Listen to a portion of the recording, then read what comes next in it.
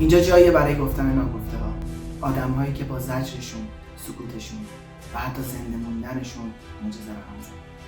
گاهی تاریکی فقط اون بیرون نیست، درون بعضی از آدم هاست و امشب روایت چندین سال شب تاریکی.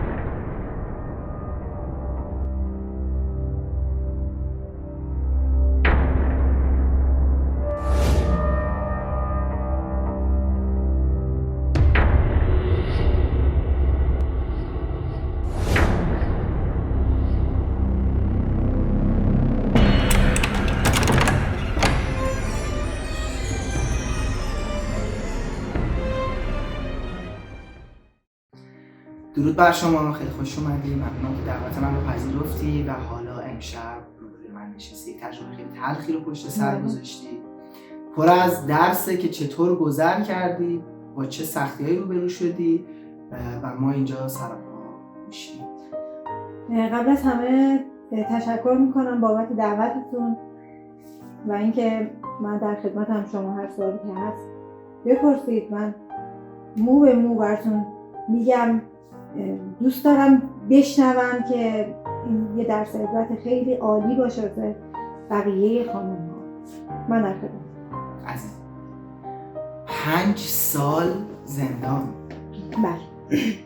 به چه جرمی؟ چرا؟ چطور گذر کرد؟ در حال اتفاقیه که برای بعضی از خانم ها شاید بیفته، حالا خانم آقا نداره، اتفاق تلخ میفته.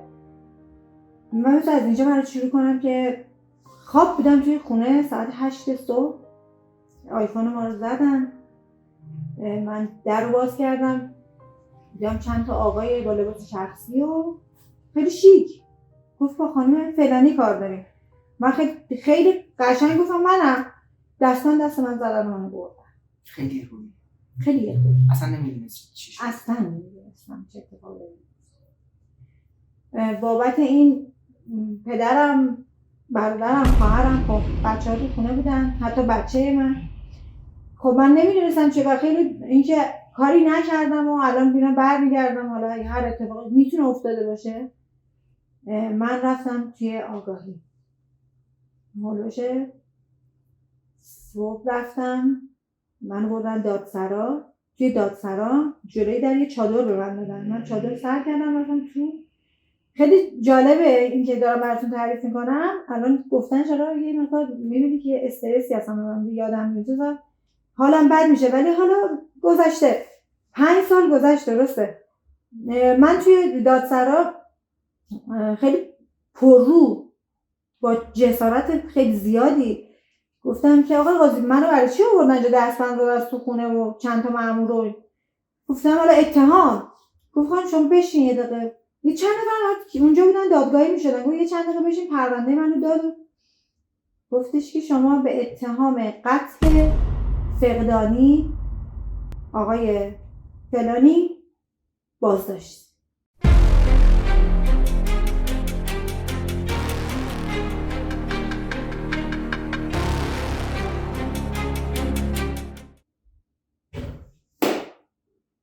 شاید باورت نشه این که دارم میگم. خانمی که بغل من نشسته بود از صندلی بغل بلند شد رفت عقب. خودم نشستم در صورتی که اون آقا رو مثلا اسمش رو نشنیده بودم. حالا چجوری؟ حالا چرا؟ بازداشت موقت برای من زد. 14 روز آگاهی. خیلی ما اصلا یه جوری بودم، حالی نبود اصلا چه اتفاقی داره میفته. از بیرون خانواده‌مو میدیدم، هی میگن چرا چی، من خودم اصلا نمیدونستم از چی بگم، نمیدونستم واقعا. یعنی یک روز اومدن بردنت و بهت گفتن تو قاتلی. دقیقا. و حتی نمیدونستی اسم اون آدمی که دارن به عنوان مقتول میبرن کیه، چیه. و واقعا نمیدونستم. منو 14 روز توی آگاهی، توی انفرادی آگاهی، توی پنجره آهنی نگه داشتن. تاریک فقط از من سوال میپرسیدن. یعنی میخوام بهت بگم توی اون 2 هفته شاید من 3 بار 4 بار رفتم از اون پله ها بالا توی دفتر. باور نمی‌کنی تمام این تن من میلرزید. وقتی شروع کرد خیلی ترسیدی، بله ترسیده، قطع آقا الکی نبود. شاید توی روزنامه ها، توی مجله ها، توی الان فضای مجازی میشنوی یه قتلی رو میری پیشو میگیری میخونی ادامه میدی. من اون ادامه رو نداشتم. تو خود ماجرا بودی؟ من تو خود ماجرا بودم و بی اطلاع. خب دوست داشتم که بشنوم آقا کی مرده، کی مدام توهین، فحاشی. که حالا اینی که دارم میگم روزهای اولش بود. روزهای بعدش شروع شد به این که شما آهک از کجا آوردی؟ اصلا نمیدونم، من تا حالا آهک رو ندیدم. چجوری کشتی؟ کجا انداختی جنازه؟ تهدید، بعد شکنجه های عصبی، روحی روانی، در صورتی که من اصلا نمیدونستم چیه ماجرا. بابا خب همه اینا یه نفر نه چند نفر. توی آگاهی خیلی اذیت شدم. مدام از خودم پرسیدم آقا چه اتفاقی افتاده؟ خب بگید حداقل. چطور میگفتن بگید یه لحظه. از اینکه اومدن گفتن تو مثلا قاتلی، اومدن حتی گفتن آهک خریدی، حتی گفتن جسدو نابود کردی، یعنی همه اینا دیگه اصلا. بله خب قتل فقدان، من اصلا نمیدونستم فقدانی چیه. ازش پرسیدم آقا فقدانی یعنی چی؟ همونی که بردی جسدو بردی، نمیدونم حالا آهک ریختی چیکار کردی؟ حالا آهک اصلا نمیدونم چی هست. گفت 10 دقیقه قبل از اینکه تلفن این آقا خاموش بشه و گم بشه، من به قتل برسه، یعنی اینا رو که میگفت روی مغز من تاثیرای خیلی بد، دلم میخواست پاره پوره‌شون کنم. واقعا من نمیدونم، چیزی نیست. شما قبل از این 10 دقیقه با این آقا تماس گرفتید، یا 10 دقیقه قبل از وقوع اینکه گوشیشون خاموش بشه. گفتم من تماس گرفتم، ایشون تماس گرفته، حالا بیام ببینم. نگاه کردم بله شماره منه، ایشون به من زنگ زده. واقعیته. چند دقیقه اون صحبت کرده، حالا 3 دقیقه 3 ثانیه دقیقه یادم نمیاد، ولی خب آخرین تماس با من بوده. کی بود؟ چند روز قبل من ماشینم خراب شد. چند روز قبل از اینکه دستگیرت بکنن. خب شاید یک هفته. یکی از دوستان به من گفتش که من یه ماشین مدل پایین معمولی داشتم، یا هر مکانیکی درستش نمی‌کرد. علتی که از دوستم قبول کردم برام اونجا این بود که گفت سر فلان کوچه اونجا بود که اصلا منو فلان فرستادم ماشین رو درست. برق ماشین خراب بود. من رفتم ماشین رو گذاشتم، گفت خانم شما تماس به من بده، شما برو ماشین که درست شد من زنگ میزنم بیا. من ماشین گذاشتم رفتم. بعد از رفتن من 2 ساعت بعد اینکه آقا به من زنگ زد، دقیقی یادم نمیاد که با هم صحبتی داشتیم یا نداشتیم. این استرسای روانیه که میگم اونجا به من وارد شد که فکر میکنم، یعنی منو الان توی اون تایم قرار بده، من توی سلول انفرادی هم و واقعا فکر کنم کاری با من کردن که من فکر میکنم شاید من این کارو کردم. یعنی یه جوری به تو اینو قبول که شاید من این کارو کردم، یادم نمیاد. دقیقاً. حالا من میگم یه تصویر کوتاهی ازش یادمه. یه آقایی قد بلندی بود، من زیاد باش حرف نزدم، فقط سویشو دادم آدم. این آقا رو شما کشتی. کی شکایت کرده؟ حالا کی اومده این حرف زد؟ کی شماره تلفن منو داده؟ کی؟ من که دیدم تماس این آقا قطع شد دیگه با من تماس نگرفت، من رفتم در مغازه‌شون. در مغازه آقا این ماشین من اینجاست، گفتم رفته. یعنی یک بار به تو زنگ زد قطع شد تمام قطع شد. من انتقال دادم منو به زندان. من اصلا نمیدونستم چیه، از کجا دارم میبرم. خیالم اولش راحت بود که وقتی وارد بندی که فرستای یافتی چند روز قرنطینه بود، همه توی قرنطینه میان و همه اولش که میان این حرفا میزنن ما نکشتیم ما ندیدیم. یه خانومی رو آورده بودن. شاکر عزیز اینی که دارم بهت میگم رو دوست دارم خیلی روش فکر کن. الان یه خانومی رو آورده بودن به من گفت من 4 سال این مسیر رو دارم میام، شوهرم به قتل رسیده، اولین نفر منو گرفتن، در صورتی که من هیچ اطلاعی ندارم. یک شکسته خیلی زیادی تو اعماق وجودم احساس کردم. یعنی همون اول کار یکی اومده آب پاکی رو که من 4 سال اینجا، تو هم قراره 4-5 سال اینجا باشی، بری بیا، حتی بیشتر بری بیا. الانم شاکی شما خانم اون آقا و پسرشه، برادرشه. چرا من؟ واقعا چرا؟ آخرین تماس تلفن با من بود. یعنی واقعا میخوام بگم دنیا مگر نباید مدرکی باشه که همچین چیزی رو بخواد اثبات، حداقل اثبات به همین آخرین تماس خیلی شده و تو بس قاتلی؟ بله اینقدر قطع به یقین. بله. ولی اینکه خدا شاهده من اصلا جایی رفتم که هیچ وقت فکرشو نمی‌کردم. اینو میخوام برات تعریف کنم. توی زندان قسمت بندی بود، من نمیدونستم. گفتن که الان میری یه جایی که قشنگ یادت میدن میبینی و میفهمی که زودتر بگی خیلی بهتره. میگه 12 سال به اینا شکست های خیلی زیادی بود، روحیم رو باخته بودم. شاید باورت نشه بعض وقتی که میبردنم آگاهی کتک میزدن، کتک خیلی بد، یا با صندلی انقدر منو زد میگفتم بذار بگم من کشتم راحت شم دیگه، میخوام ببرن اعدامم کنن دیگه، میخوام بکشن. انقدر شدتش خیلی بازی گردن بگیری، کاری که نکردی، کاری که نکردی و نمیدونی و حتی نمیدونی. آخرین تماس تلفنی 1.5 سال به بیان، خیلی 1.5 سال ولی هر یک شبش من شاهد قتل‌های سریالی، شاهد قتل‌های توی روزنامه ها و توی این مجله ها و کتاب ها و این فضای مجازی میدیدین دیگه، خود طرفی اومد شما میدیدین. بله بله. من حتی باهاشون بگم توی یک اتاق زندگی کردم، توی یک اتاق خوابیدم، توی یک اتاق دوست شدم باهاش. یکیشون خدا رحمتش کنه که خود کردن، اعدامش کردن. پوستم کلوف شد. میدونی میخوام به چی بگم؟ پوستم کلوف شد. من میدونی یاد چی یاد چی؟ من یاد سریال 20 میدونی اسپانیاییه، دیدم یک خانومی وارد زندان میشه حالا مظلومانه و اصلا یک آدم خیلی گنگستری میشه، میگه پوست کلوف شدم. یه لحظه یاد اون افتادم. دقیقا همینه. دقیقا همینه. خلاصه که این ماجرا ادامه داشت. شاید بگم من یه قرنطینه بهت گفتم که یه منطقه بهش میگن قرنطینه شهر، حالا برای چی نگه می‌دارن نمیدونم.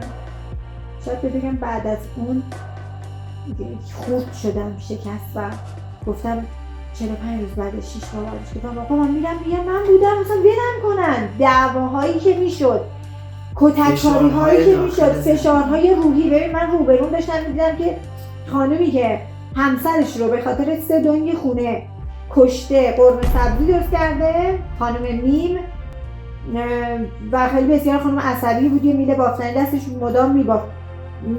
باور میشه من این خیلی گذشته تر از فضای صبر کن. این جریان قرمه سبزی رو یه ذره بازش. آره عزیزم، الان فقط قرمه سبزی نیست. اینی که دارم بهت میگم رو میگم چون بچه‌ای که دنبال من، خودم الان مثلا بعد از اون ماجرا بیشتر شبکه مثلا حالا که مجازی از قبلش روزنامه‌های حوادث و اتفاقات و اینا بود می‌خریدیم. حتما هنوز حالا به جایی ببینم می‌خرم. دونه نوشته بود مثلا که خانم فلانی، یه خانمی به نام فلانی توی منطقه قصر شیرین یا قصر دشت، قصر شیرین هم کجا، شوهرش رو به خاطر 3 دنگ خونه فروخته بود. خونه رو به همسرش گفتیم 3 دنگ کنیم، یه خونه بخریم 3 دنگ کنیم. اون 3 دنگ قرار بود امروز به حساب بزنه به نامش، فردا بزنه به نامش، سر این دعواشون میشه. جا در جا آقا رو میکشه و بعد تیکه تیکش میکنه. بعد این 3 دنگ خونه یه کلنگی تیکه میکنه. من میگفتش که من چندین سال فراش مدرسه بودم، پولامو جمع کردم، اون 3 دنگو خریدم. اون 3 دنگ حقم بود دیگه، نبود؟ چرا حقت بود؟ فراش مدرسه هر چی بودی اصلا حقت بود. حق کشتن کسی رو نداشتی. شدت به اون مدل. بعد میگفت قرمه سبزی درست کردم با گوشت همسرش. بله. بعد خانواده همسرش رو دعوت کرده. ببین اینی که دارم برات تعریف می‌کنم الان شما اینقدر، یا من خودم بار اول اینقدر من از روزنامه خونده بودم، هنگ بودیم و واقعا مثل الان نفس من توی سینم حبس شده بود. واقعا شب نخوابیدم چون تو اتاق همون خانوم بودم. برای اونا گفتنش مثلا میدونی چی بود؟ دور همی بود. تعریف می‌کرد دور همی بود. تو تعریف کن بدونه، تو تعریف کن بدونه، تو هم بیا بگو تعریف کن. میشه مثلا انگار خاطره معمولیه دیگه، مثلا 500 تا شاید دوره خانوم همه قاتل. همه بعد شما بیگناه بین نه بیگناه هم بود، چند تا بیگناه هم به هم خانومی که میگم 5 سال میرفت میاد بیگناه بود، خیلی فوق العاده بیگناه بود. ولی چون خانواده همسرش بودن شکایت کردن، ولی اکثرا کشته بودن. اکثرا این خانم برای من این تعریف کرد، شاید بگم من دستشویی نکردم توی جام ولی از ترسم نرفتم دستشویی.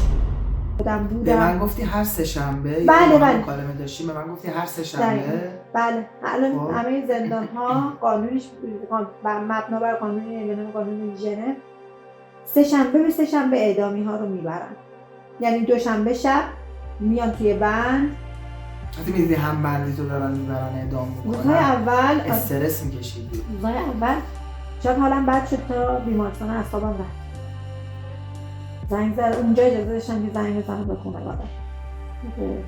یادم که یا به پدرم یا به برادرم زنگ زدم همچه اتفاق افتاده که ما پیگیریم و دنبالش هستیم و اطلاع داریم، خبر داریم. یکی از برادران آشنایی داشت اونجا، ولی خب اونم مدام ازم میپرسید که کیو چرا کشتی؟ اینجوری کی و چرا کشتی؟ کیو کشتی؟ چی باعث شد بکشیش؟ خیلی سخت بود. آسیب‌های روحی روانیت چجوری بود؟ ببین آسیب‌های روحی روانی کلا من دختر خونگرم ولی وحشت‌های آسیب که به هم رسید، دعواهایی که اونجا میشد در حد مرگی بود. چیزی برای باختن ندارن.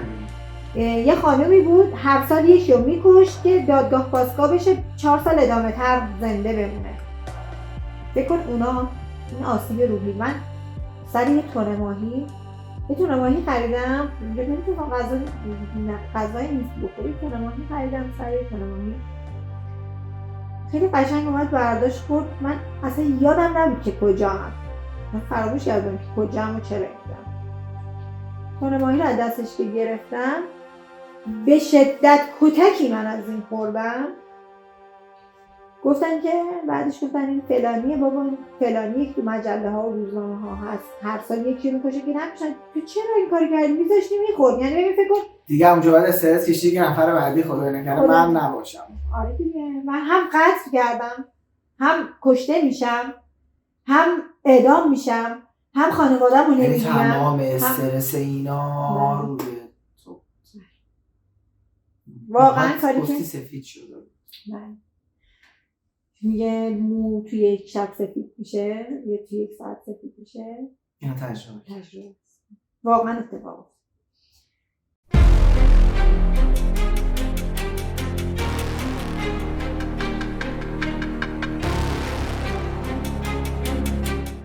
بدترین شکنجه هایی که کشیدم میدونی چی بود؟ ساعتایی بود که من میبردن آگاهی و جنازه رو من نشون میدن.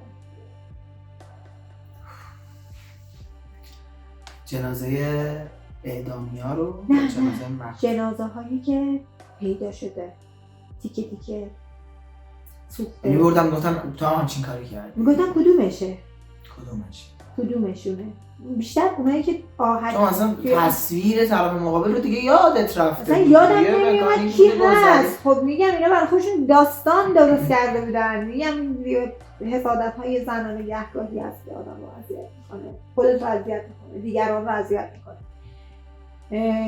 اون خانم هایی که الان دارن این کلیپ شاهکار جان رو میبینن، خواهش میکنم ازشون فکر کنید بعد تصمیم بگیرید. واقعا فکر کنید بعد تصمیم بگیرید. شاید به خاطر یک فکر اشتباه شما یک خانومی مثل من 5 سال عمرش رو، زیباییش رو، نمیدونم حالا اعصابش رو، بچهش رو، من 5 سال بچه‌مو البته میدونی که این کلا لزوما زن و مرد نداره. آدم ها از سر تصمیم عجله‌ای یا از سر قضاوت زود یا از سر کینه توزی انتقام های بی‌دلیل حتی از هم میگیرن. من توصیه میکنم که اصلا انتقام گزینه قشنگی برای هیچ مشکل و هیچ دردی نیست.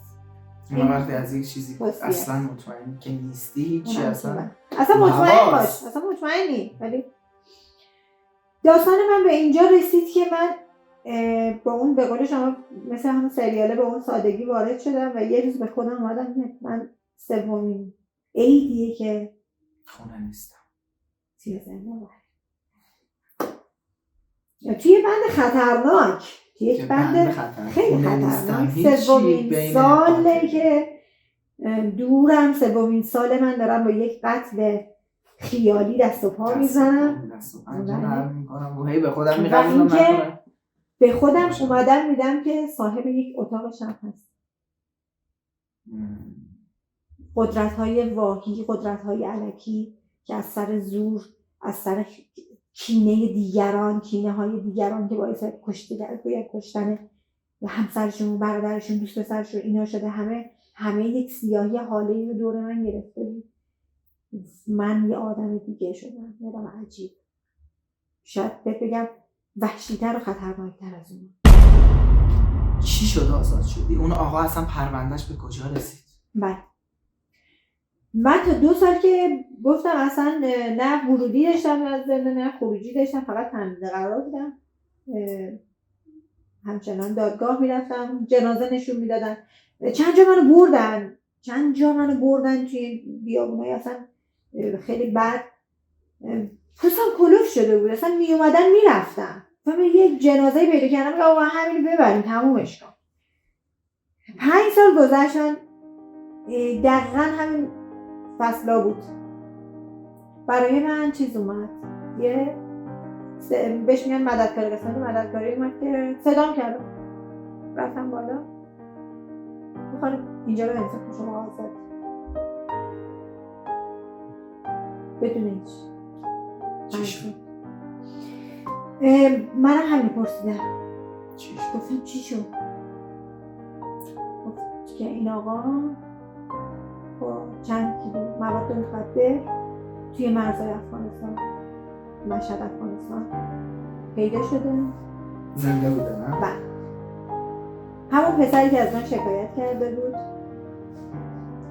مواد برش برده بوده، اونجا دستگیرش میکنن، پسر رو مجبور میشه که بگه برای پدرم میده که پدرم و با یه خانواده افغانی. 5 سال عذاب روحی، روانی، فیزیکی، هر شب با کابوس این که من این 3 شنبه زندم یا میمیرم، اصلا این 3 شنبه اعدام نشم توی یکی از این 3 شنبه ها میرم توی این زندان، به دست کی قراره؟ چه اتفاقی برای من رقم میخوره؟ 5 سال بابت